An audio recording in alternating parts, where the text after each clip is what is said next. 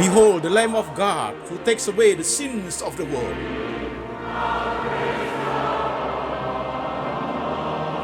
Jesus said, I am the way, the truth, and the life.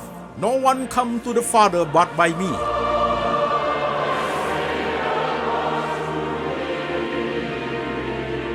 For God so loved this world, so he gave his one and the only Son. Whoever believe in him shall not perish, but have eternal life.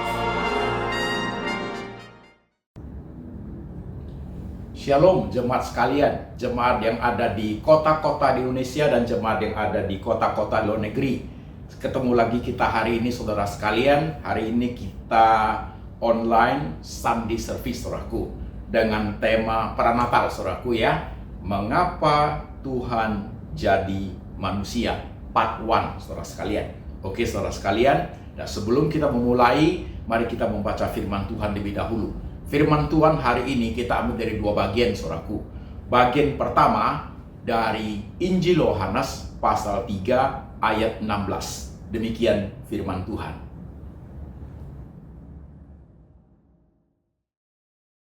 Karena begitu besar kasih Allah akan dunia ini, sehingga ia telah mengaruniakan anaknya yang tunggal, supaya setiap orang yang percaya kepadanya tidak binasa, melainkan beroleh hidup yang kekal. Amin. Firman Tuhan bagian kedua saudara sekalian diambil dari Injil Matius pasal 25 ayat 31 sampai 40. Demikian firman Tuhan.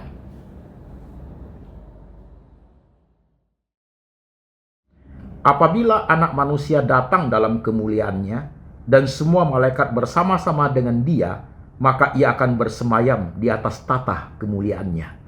Lalu semua bangsa akan dikumpulkan di hadapannya, dan ia akan memisahkan mereka seorang daripada seorang, sama seperti gembala memisahkan domba dari kambing.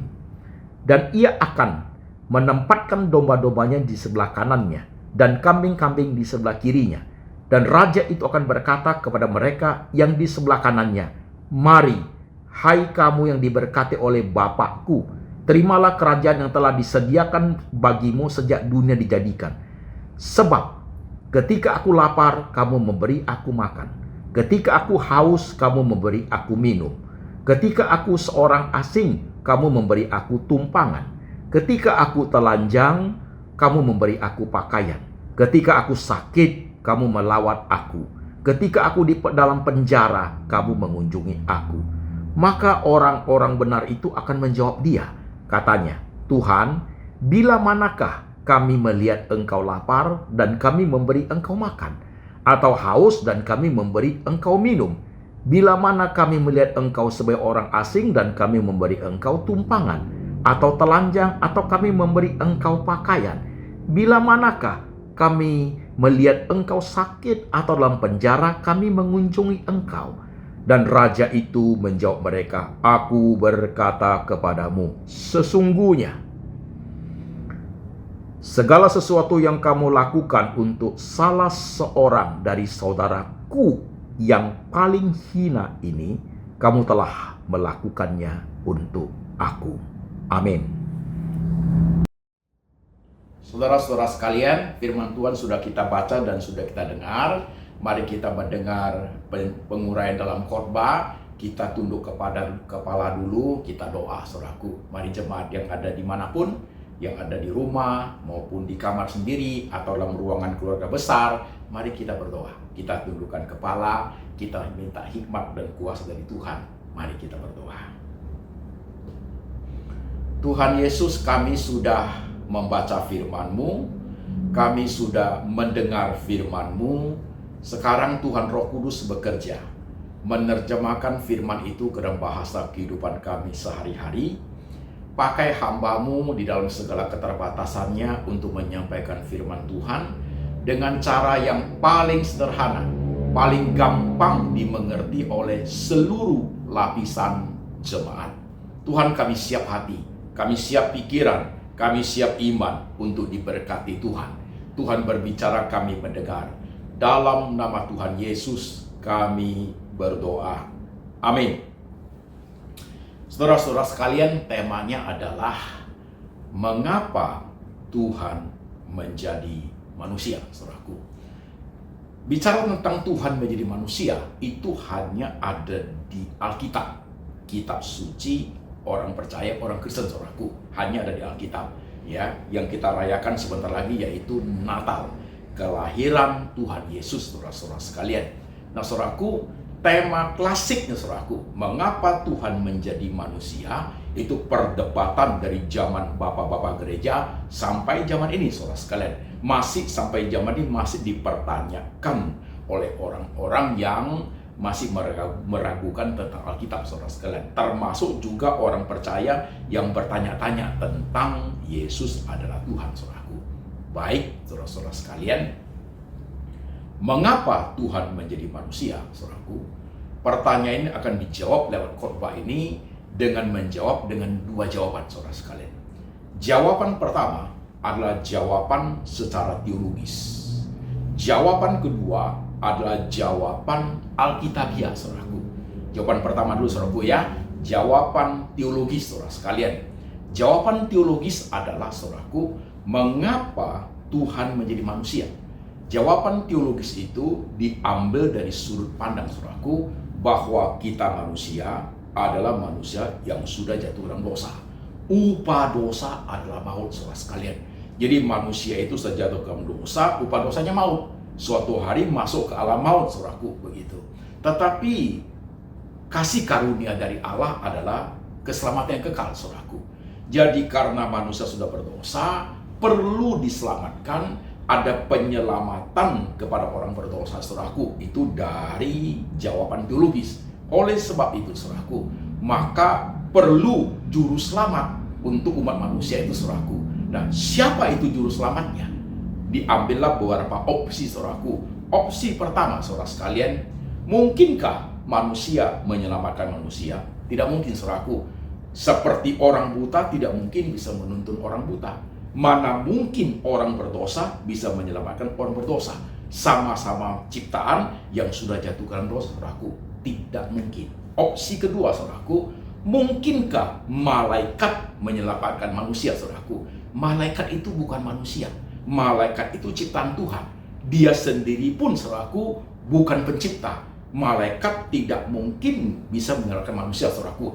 Beda kualitasnya, saudaraku. Oke? Dan opsi ketiga, saudaraku, mungkinkah iblis, setan, dan teman-temannya menyelamatkan manusia? Lebih tidak mungkin, saudaraku. Karena iblis dan teman-temannya bukan menyelamatkan, bahkan menghancurkan manusia, saudaraku. Masuklah opsi keempat. Opsi keempat adalah karena yang berbuat dosa itu manusia, saudaraku, yang menyelamatkan manusia itu tidak boleh ciptaan, adalah sang pencipta itu sendiri, saudaraku, maka yang menyelamatkan manusia itu adalah Tuhan. Tetapi yang berbuat dosa itu adalah manusia, otomatis, saudaraku, jikalau penyelamatan datang dari Tuhan, inkarnasi, firman itu menjadi daging, God become man, Allah itu datang menjadi manusia, itu harus terjadi, saudaraku. Baru penyelamatan itu bisa terjadi kepada umat manusia. Nah, itulah jawaban teologis, saudaraku, yang menyebabkan kita merayakan Natal. Yesus telah lahir. Tuhan datang jadi manusia. The word become flesh. Firman itu sudah menjadi daging dan diam di antara kita, kata Injil Yohanes, saudaraku. Ini jawaban teologis. Oke, saudaraku, clear. Nah, sekarang jawaban kedua adalah jawaban alkitabiah, saudara sekalian. Mengapa Tuhan menjadi manusia? Di ayat yang kita baca, Injil Yohanes pasal 3 ayat 16, saudaraku. Karena begitu besar kasih Allah kepada dunia ini, maka Ia mengaruniakan anaknya yang tunggal. Barang siapa yang percaya kepada Dia akan memperoleh hidup yang kekal, saudaraku. Tidak akan binasa, tetapi akan memperoleh hidup yang kekal, saudaraku. Mengapa Tuhan menjadi manusia? Alkitab menjawab secara alkitabiah, saudaraku, karena kasih Allah. Kasih Allah lah yang menggerakkan Tuhan itu untuk datang menjadi manusia, mengosongkan dirinya, saudaraku, datang menjadi manusia, menjadi anak manusia, hidup dalam dunia manusia, bahkan taat mati sampai di atas kayu salib. Itu digerakkan oleh karena love, kasih Allah, saudaraku. Itu jawaban alkitabiah yang paling mendasar. Because of love, saudaraku, maka Tuhan datang menjadi manusia, saudaraku. Dia mengambil tubuh manusia, saudaraku. become man, supaya kita bisa mengerti maksud Tuhan, supaya bisa kita diselamatkan oleh Tuhan. Oleh karena pengorbanannya, badannya dipaku di atas kayu salib, maka kita diselamatkan oleh dosa-dosa kita. Oleh keselamatan Tuhan itu kita mendapat hidup yang kekal. Itu jawaban Alkitabiah, saudaraku. Nah, sekarang perhatikan jawaban teologis dengan jawaban Alkitabiah. Dua-duanya kalau digabung menjadi satu, dia klop, saudaraku. Dia klop, saudara sekalian. Digerakkan oleh kasih, Tuhan itu menyelamatkan manusia. Diselamatkan manusia karena manusia sudah jatuh berdosa. Upah dosa adalah maut. Maka dua jawaban itu klop. Nah, ketika dua jawaban itu klop, saudaraku, dia akan melahirkan praktek kasih. Nah, praktek kasih dalam part 1, tema mengapa Tuhan menjadi manusia itu, praktek kasihnya saya bagi dulu hanya dalam 2 kotak dulu, saudaraku.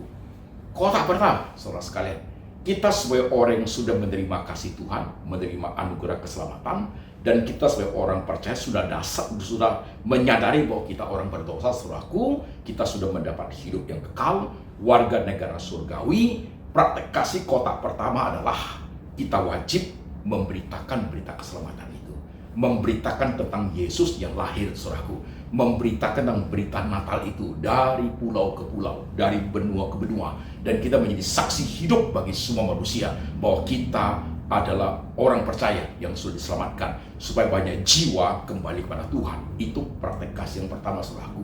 Yesus berkata, jadikan semua bangsa muridku, baptiskan mereka dalam nama Bapa, Anak, dan Roh Kudus, saudaraku. Pergilah ke semua tempat, beritakan Injil itu. Itu praktek kasih yang pertama. Praktek kasih yang kedua, saudaraku, kotak kedua praktek kasih adalah, saudaraku, peduli dengan sesama kita, yaitu sesama kita manusia, saudara sekalian. Saudara harus ingat loh, 2 kota ini menjadi penting, saudaraku. 2 kota jadi penting. Kasihlah Tuhan Allahmu segenap jiwamu, segenap akal budimu, segenap kekuatanmu, segenap hatimu, dan kasihlah sesama manusia seperti dirimu sendiri. Jadi yang pertama menjadi saksi, yang kedua peduli sama, saudara sekalian. Jadi ini adalah hal yang paling fundamental bagi orang percaya, saudaraku. Oke? Nah, sekarang kita bersama itu contoh, saudaraku. Contoh daripada lembaga Anthony Chan Ministry Internasional, saudara sekalian. Lembaga ini sudah berdiri sekitar 17-20 tahun, saudaraku, ketika memberikan Injil bagi banyak orang, saudara sekalian. Dan lembaga Anthony Chan Ministry ini, saudara sekalian, mempraktekkan kasih. 2 kota itu dipraktekkan, saudaraku. Kota pertama, saudaraku, ya, jadi Laksmi itu, saudaraku, pelayanan adalah di atas mimbar dan di bawah mimbar, saudaraku. Yang di atas mimbar adalah kota pertama, memberitakan Injil. Jadi saudara ketika mendengar dari Laksmi itu, khotbah yang membangunkan semangat saudara, membuat saudara itu iman saudara berkobar-kobar di tengah kesulitan tantangan pun saudara semangat untuk hidup. Itu adalah pelayanan Laksmi di atas mimbar, saudara-saudara sekalian. Itu sudah dipraktekkan sampai hari ini, saudaraku. Nah, kemudian jemaat bagaimana? Pelan-pelan jemaat memperhatikan. Jadi itu bukan hanya sekedar tugas bagian dari Laksmi, saudaraku. Saudara, kita sebagai orang Kristen, kita wajib, saudaraku, memberitakan Injil keselamatan itu, baik kepada keluarga, kepada family, kepada orang jauh maupun kepada orang dekat, teman-teman sekantor, saudaraku. Berita Injil itu harus sampai kepada mereka, supaya mereka mengerti keselamatan itu datang dari Tuhan Yesus, saudaraku. Karena saudara sudah diselamatkan, orang lain butuh Injil, saudaraku. Digerakkan oleh kasih untuk memberitakan Injil itu, saudaraku. Oke? Jadi ketika jemaat mendengar ini suatu keharusan untuk kita mempraktekannya, saudara sekalian. Jangan selama ini kita hidup untuk diri kita sendiri aja. Kita udah diselamatkan, tapi kita punya keluarga, sama sekali mereka tidak mengenal tentang Tuhan. Itu kewajiban kita untuk memberikan Injil kepada mereka. Banyak jiwa yang perlu kita cari untuk Tuhan, saudaraku. Oke? Sekarang praktek kasih yang kedua. Laksmi juga melakukan praktek kasih kedua, saudaraku. Praktek kasih pertama adalah di atas mimbar, dilakukan sampai hari ini dan sampai selama-lamanya, sampai Tuhan datang, saudaraku. Praktek kasih kedua dalam lembaga Anthony Chan Ministry Internasional adalah, saudaraku, praktek di bawah mimbar. Apa itu? Peduli akan sesama, saudara sekalian. Jadi Laksmi ini, saudara sekalian, programnya namanya program setulus hati. Program di bawah mimbar itu namanya program setulus hati. Program setulus hati itu sudah melakukan pelayanan udah sekian tahun, saudaraku. termasuk kita membangun banyak rumah bedah, saudara sekalian, mereka yang gak punya tempat tinggal. Kemudian kita membagi sembako, kita membagi Alkitab, saudaraku, ya, banjir bandang Manado 2014, saudaraku, kita membagi Alkitab 1 kontainer lebih di sana, saudara sekalian. Kemudian kita membagi banyak, termasuk tahun 2020 ini, saudaraku, 2020 kita membagi parsel Natal untuk orang-orang yang tua, mereka yang hidup berkekurangan, saudaraku, di yang tahun 2020. Praktek di bawah mimbar. Ini ada cuplikannya. Silakan saudara menyaksikan sebentar. Tuhan Yesus memberkati. Tim Setulus Hati akan berkunjung kepada setiap orang yang sudah kita besuk, sudah kita layani. Jadi mereka kita berikan parsel Natal. Diberikan parsel Natal supaya mereka boleh merasakan di Natal ini Tuhan hadir dalam rumah tangga mereka. Hidup hanya sementara, tak ada yang abadi. Selagi masih ada waktu, tebarkan kebaikan. Hidup hanya sementara, tak ada yang dibawa pergi. Kelak nanti semua berakhir, kau di atas segalanya. Kini saatnya buka hati, ini waktunya mata melihat. Biarlah dunia terbuka dan tercengang. Tuhan, kau di atas segalanya.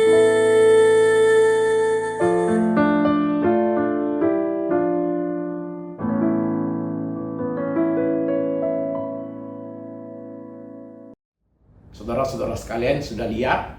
Nah itu sewaktu itu kita lakukan tahun 2020. Banyak oma-oma, opa yang tua-tua, kita layani, saudara sekalian. Kita kasih parsel Natal, kita kasih Alkitab, kita kasih juga berkat untuk dia bisa membeli sesuatu yang dia butuhkan, saudara sekalian. Demikian pun dalam tahun 2021 ini, saudaraku, praktek kasih itu terus kita lakukan. Baru dimulai Jumat kemarin, saudaraku. Baru dimulai Jumat kemarin, akan berlanjut sampai awal Januari, saudaraku. Pembagian lewat Latsmi itu, berkat parsel Natal dan Tahun Baru itu, saudaraku, 3 minggu ke depanku setiap hari kami akan mencari orang-orang yang berkekurangan untuk diberkati oleh Lembaga Antoni Chang Ministry International, saudaraku. Nah, kita baru Jumat kemarin ada 2 yang sudah kita kunjungi, yaitu Oma Chun yang kita layani tahun lalu, dan juga Oma Marni yang kita layani tahun lalu juga. Dua-duanya berumur hampir udah 80, saudaraku. Saudara silakan memperhatikan cuplikan ini. Shalom, Oma Marni ya. Oma Marni, Ya. saya Pendeta Antoni Chang, masih kenal? Iya, gimana dulu ya? Ya, yang kasih Oma Marni parsel Natal dulu, ingat nggak? Yang datang ke Oma pas anaknya Oma hilang itu ketemu, ingat nggak? Yang Iya, kasurnya iya. Oma Marni saya ganti yang baru, ingat nggak? Iya. Apa kabar Oma Marni? Iya, iya, Apa iya, kabar? Sehat? Nah, sehat, Ya, ya Tuhan ya, Tuhan. Oma Marni. Anaknya ada, anaknya oke, dijaga terus. Ada ya orang mengong-mengong Gak begini. apa-apa, jadi mama ya harus jaga anak karena anaknya tidak sehat. Oma Marni, tahun lalu kan saya kasih parsel Natal ya Oma Marni ya. Tahun ini kita Iya, juga kasih iya. parsel Natal, tapi saya tidak bisa ketemu Oma Marni karena kesehatan. Tim saya yang datang, yang kasih Oma Marni ya, akan kasih Oma Marni. Oma Marni terima ya, 1 parsel, udah terima. 1 parsel, Ya. kemudian 1 Alkitab, udah Oma Marni, udah. Ya. Kemudian 1 amplop berkat untuk Oma Marni. Dia untuk Natal dan Tahun Baru. Oma Marni, apa yang mau saya doakan untuk Oma? Iya. Oma mau didoakan apa? Aku sehat. Ya, senang. Anak-anak Ya, sehat. itu yang paling penting. Itu yang paling Dan penting. semoga panjang umur. Wah, itu Pak. Oma Marni sekarang umurnya sudah berapa? 80-an. 80-an ya. Iya, sudah 80-an. Iya. Baik Oma Marni, Tuhan berkati. Saya doa untuk Oma Marni sekarang ya. Ya. Iya. Tuhan, mari kita doa.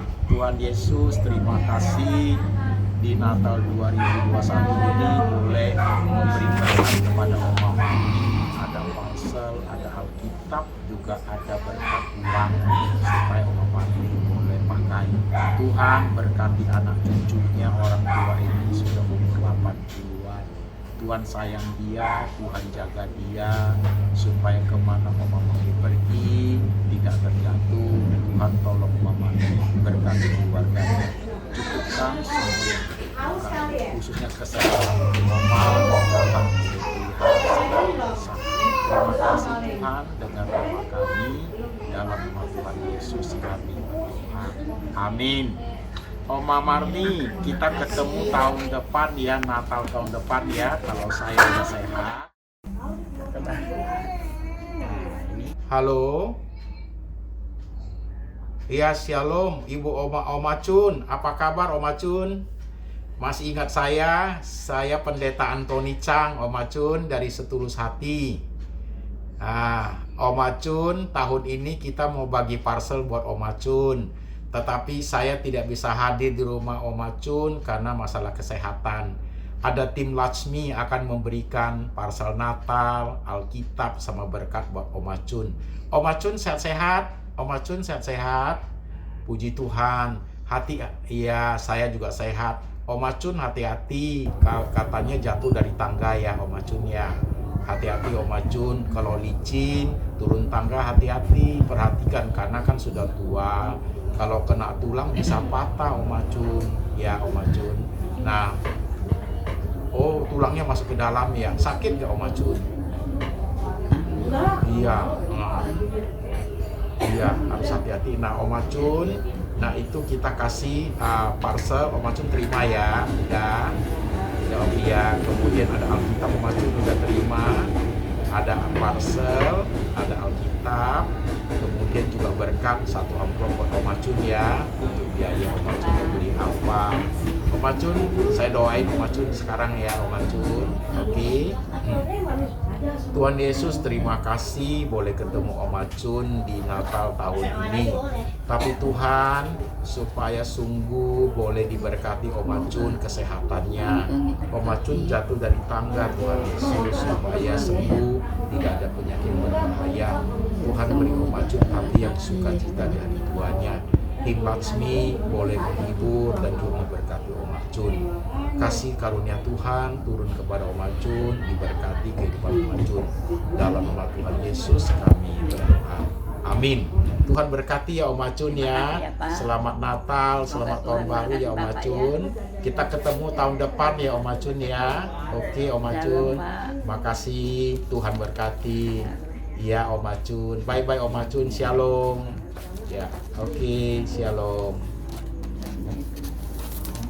Taruh bawah dulu ya. Ya, bilang ada berkat dari Pak Antoni. ada berkat dari Pak Antoni buat Oma. Makasih ya. Iya, sama-sama Oma. Makasih Pak. Semoga Bapak diberkati Tuhan. Kami tidak bisa balas budi Pak.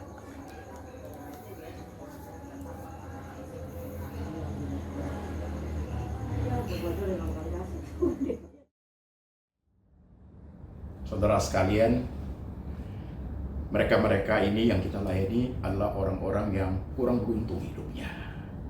Suaminya nggak ada, keluarganya tidak memperhatikan, hidup sudah tua sendirian. Seperti Oma Cun itu, waktu Jumat lalu tim saya ke sana, saudara sekalian, dia jatuh sehingga tulangnya sakit, saudara sekalian. Untuk tahun ini saya tidak bisa ketemu mereka karena masalah kesehatan saudaraku. Jadi tim saya yang maju, saudara-saudara sekalian. Oma Marni ini sudah 80-an. Anaknya ada satu yang kurang sehat, dia harus jaga. Udah sangat tua ibu ini. Kita melayani orang seperti itu, hati kita tersentuh sekali, saudaraku. Tersentuh sekali. Dan masih banyak yang kita layani, saudara sekalian. Jadi saya berharap khotbah hari, saudaraku, edisi Natal ini, edisi pernatal ini, saudaraku, Pakuan ini, saudara, kita mempraktekkan hal demikian. Dan jemaat, perhatikan baik-baik. Kita adalah bagian daripada orang percaya. Hati kita harus seperti hati Tuhan. Seperti firman Tuhan yang kita baca tadi, saudaraku, ya, dari Injil Matius pasal 25 itu, Yesus berkata, waktu aku lapar, kau kasih aku makan. Waktu aku haus, kau kasih aku minum. Waktu aku telanjang, kau beri aku pakaian. Waktu aku tidak punya tumpangan, engkau beri aku tumpangan. Dan Tuhan berkata, jika engkau melakukan hal seperti itu kepada orang yang paling hina, maksudnya orang yang paling susah, orang yang paling miskin, engkau telah melakukan untuk aku. Itu kata Tuhan Yesus. Mari kita praktekkan dalam hidup saudaraku, ya, pemberitaan Injil dan peduli sesama, sehingga menjadi berkat bagi banyak orang. Jemaat yang perhatikan, jemaat yang ada di kota-kota Indonesia, dan juga jemaat yang ada di kota-kota negeri, dimanapun banyak orang susah, tanganmu sebagai orang Kristen, saudaraku, jadi perpanjangan tangan Tuhan untuk menolong mereka yang sangat membutuhkan, saudara sekalian, sehingga kita boleh dipakai menjadi alat di tangan Tuhan. Amin, saudaraku. Mari jemaat sekalian, kita tundukkan kepala, kita berdoa. Tuhan Yesus, sebentar lagi Natal akan datang. Sebentar lagi tahun 2021 akan lewat, Tuhan. Ajar kami sebagai anak-anak Tuhan untuk mempraktekkan kasih. Karena kami sudah menerima kasih-Mu, kami sudah diselamatkan, Tuhan sudah datang menjadi manusia untuk menebus kami orang berdosa. Ajar kami untuk memberitakan Injil itu ke banyak orang. Dan ajar kami untuk peduli sesama, lingkungan kami, teman sekantor, orang-orang panti asuhan, janda-janda yang miskin sekali, anak-anak yang tidak mampu, mereka-mereka yang hidupnya sangat tidak beruntung, Tuhan.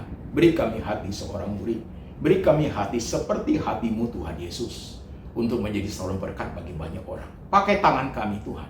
Pakai apa yang berkat yang Tuhan berikan kepada kami untuk menyalurkan bagi mereka, supaya mereka berbagi kasih. Mereka boleh bersuka cita waktu merayakan Natal di tahun ini, Tuhan. Hamba berdoa untuk setiap jemaat yang mendengarkan firman Tuhan hari ini.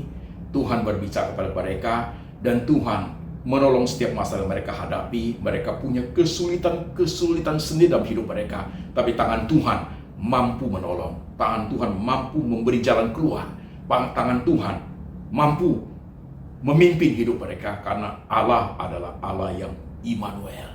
Terima kasih Tuhan Yesus. Terima kasih untuk firman. Terima kasih untuk berkat, terima kasih untuk keluarga, terima kasih untuk anak cucu, terima kasih untuk pelayanan, terima kasih untuk kesehatan Tuhan, terima kasih untuk segala-galanya yang Tuhan anugerahkan buat hidup kami.